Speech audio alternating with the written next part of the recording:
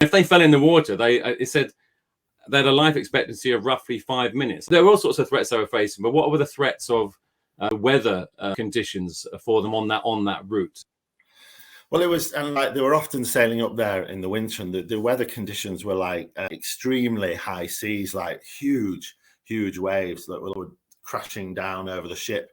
And then the higher up you went into the Arctic Circle, the colder it got, and the more ice there was. So you'd have perfect timing, like astonishing amounts of ice on the ship, and you had to chip it off, because if they didn't chip it off and they didn't go out there and chip the ice off, the ships would capsize. This ice would land, this icy water would land on the ship. It would form ice on the ship, and they had to get it off, or it would tip over. So you had all of that. You had the stormy seas, and you had mines in the water as well, and icebergy sort of chunks of ice as well that the ship had to avoid. It was absolutely horrific, and you really had to be on it. And if they fell in the water, it said they had a life expectancy of roughly 5 minutes. Yeah, and like once you're in, like unless you were tied to a rope, you had absolutely no chance of survival.